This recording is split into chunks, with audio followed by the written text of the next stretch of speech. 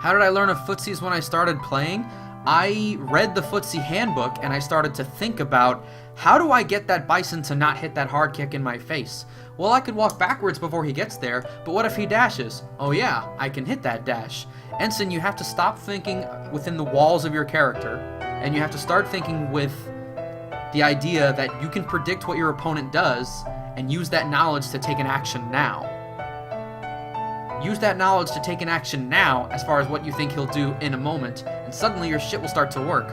Also, some random crap will happen, like you'll throw out a standing medium punch, and right here, at a range where Bison really shouldn't do it, his crouching hard kick will work, but that's the risk. If you don't take the risk of making those reads, then you're predictable, and your bad matchups will always be bad. You know how Abel versus Zangief is really bad for Abel, because Zangief's pokes are better than Abel's? Yeah, they're better, but Abel can counter-poke it. Yeah, Dudley's pokes are worse than Zangief's, but Dudley can counter-poke it. If you don't know how to counter-poke, you can't win bad matchups. It's not possible. This is the whole point. I said to myself, I want to beat Bison, I want to beat Akuma, but I want to not switch characters. And it occurred to me that every time anybody presses any button, you can hit your button and beat their button if you're at the right range, if you hit the right button, and if you're at the right timing. This is all basic Street Fighter, but people don't think about it in those terms. They go online, they watch the Abel tutorial, and they're like, get them to block your step kick, and then you can do this guessing thing. And if they're not going to block your step kick, you have like stand light kick and wheel kick. There is no go-over of how standing medium punch, crouch medium kick are good counter pokes for certain pokes at certain ranges. There is no go-over of how dash crouch hard kick can be a good card when you need to go a barre. There is no mention of dash tornado throw in footsies for punishing overly defensive opponents. There is no mention of using change of direction, quarter circle forward punch as a poke, despite the risk. There is no mention of using medium or hard wheel kick, both slow, but sometimes worth the risk. Yada yada yada, etc, etc. The tutorial videos are all fucking wrong. The tutorial videos only teach you the basics. They do not tell you how to think. That's why when you go online, no one's thinking. Because someone has to take the effort and say, you know what? I can be better with this character. And then they have to make the jump and they have to say, but I have to consider what the opponent does first before I choose what I do. That's what takes you to the next level. But you're not going to get to that level online because nobody's going to force you to. Like, let me put it this way. If you followed the character tutorials to a T, and you only use your best normals, and only use your best setups, and only do the safest stuff, then you will never win your bad matchups.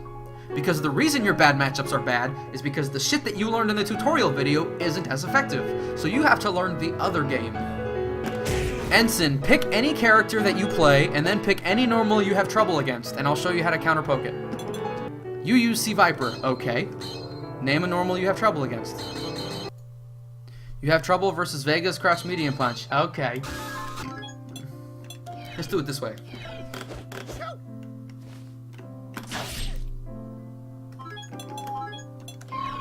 So when you're Viper, right?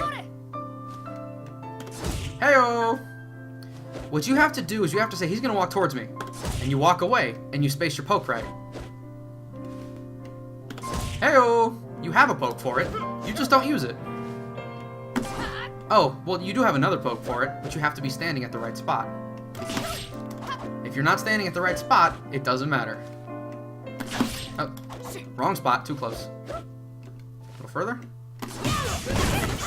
Heyo! Am I a wizard? Or is this just some sort of general concept that everyone should know or something? Why do I bother to help you out? Because I'm pissed off that everyone is shitty. That's why. I'm like a biology teacher in the fucking state of Kentucky, pissed off that Jesus is ruining science. That's what I am.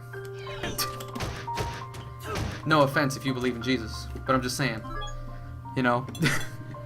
I wish people were good at fighting games. In a slightly selfish way.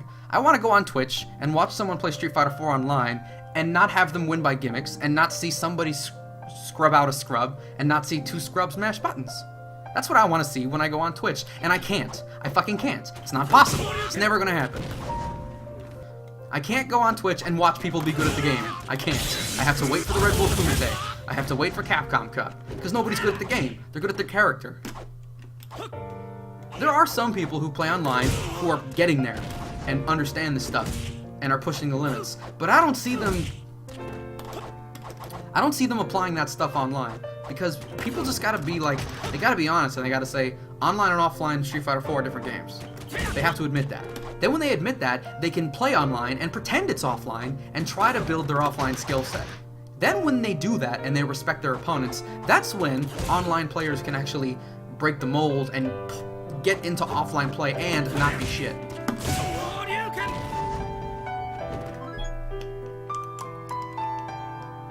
That's what I want. That's all I want. I just want people to win in mindful, honest ways more often than they win in other ways. But when I watch people play, I don't see that. I see people just saying, you know what, no, I'd rather win this way because it's easier. And I'm like, well then, I guess you would not rather win any matches that matter. I have a love-hate relationship with this game. The game is not to my taste. It's too simple, and there's not enough, what's the way to put this? The skill ceiling is too low. Ask Snake Eyes and ask Smug how they feel about the skill ceiling in this game, and ask them what you think they will have to do to get better. Both of them, because they're smart and because they've already hit that skill ceiling, will tell you that they have to switch characters. I don't like that. That sucks. Because that's not really true in Tekken. That's not really true in KOF. It's not really true in Virtua Fighter. You can get a little more damage, you can get more consistency, you can get a few more things, but in other fighting games you can just sort of make better decisions and play better and win more.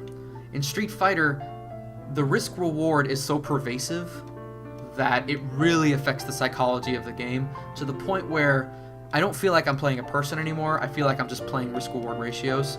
Those ratios exist in other fighting games, but it's different. And if you play the game, you know what I mean. So with that said, I am a teacher. I like to teach the game. I'm not a competitor anymore. Those who can't teach, right? Fucking football players. Thank you for watching. If you have a question about Street Fighter 4 that's not about the 5 new characters, I can do my best to try and explain it for you. If you ask me how to get better, the answer is going to be get better footsies, but I'll just make it long and sound important to make you feel better. The other answer will also be stop playing online, but you don't have a choice, so I'll tell you how to make the best of it. So since that eliminates about 80% of the questions, if anybody has something more specific, thank you very much. And no, I'm not an asshole, I'm just tired. But I am a little bit of an asshole. No, Toloris, I'm not saying it requires less reading, I'm saying that it requires less work to get to the point where the game is mostly all reads. And I'm also saying that a lot of that work on a matchup by matchup basis can be negated. You're right to make that point. There are some players to where I don't give a shit how good you are because I'm able. There are some, yeah, and don't you think that kind of sucks? That you can be really good at the game and I can just negate it before we play? Don't you think that kind of sucks? Street Fighter 4 does not give you enough reward to do the things you have to do to win a matchup. If you're Cody and you have a bad matchup against Bison, you have to take tiny counter hit stand light kicks and stand medium kicks, and you can't get any huge sort of counter hit reward without a huge read. That's the game Street Fighter is. Bison can continue taking risks and get medium rewards, but the risks that the Cody player has to take are much higher to get lower rewards. That's why it's a bad matchup. You're saying that I should avoid that situation and then I should pick another character, but then he can pick another one. At what point are you going to say that your skill is the final arbiter in the match? Or should that not be the final arbiter? The game is what it is, and if you want to be good, you should play the best in the best way that the game can give you. But what I'm saying is that Street Fighter 4 doesn't teach you to play with skill, it teaches you to play the numbers. That's why I don't like it.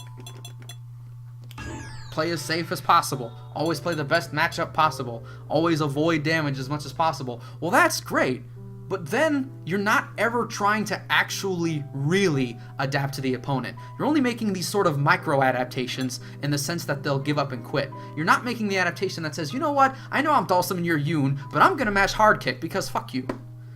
You know, I'm not gonna let you jump. Stop it. You know?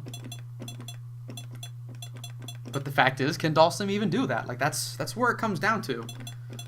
Some characters really just can't do that. and get any decent rewards off of that. It all comes down to the matchup, which is why Street Fighter 4 isn't one game, it's 44 games. And that's not the kind of game I want to play.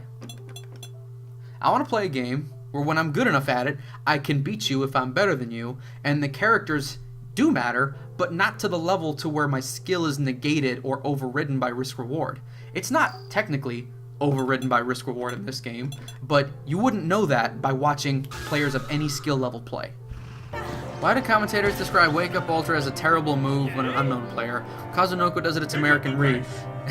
An American read! No, an amazing read. You know why they do that, do drugs? Because they would like to believe that Wake Up Ultra isn't as strategically viable as it is. That's why. They're trying to get people to stop using it to make the game more honest. They're trying, and they're failing. You know why they're failing? Because it does fucking half-life for no work. I mean, yeah, the opponent has to, you know, allow that hit to get through. But the point is, you can make a single guess for half-life. Name another fighting game that lets you do that. A single guess for half-life. No, Tekken doesn't count, because launching is not a guess. Launching is the reward of the neutral. Counterpoke, counterpoke, counterpoke. Don't hit a button, don't hit a button, don't hit a button. Hey, oh, footsies. Don't hit a button, don't hit a button. Jump at me. You're supposed to jump at me. You're not supposed to walk into that. Fuck.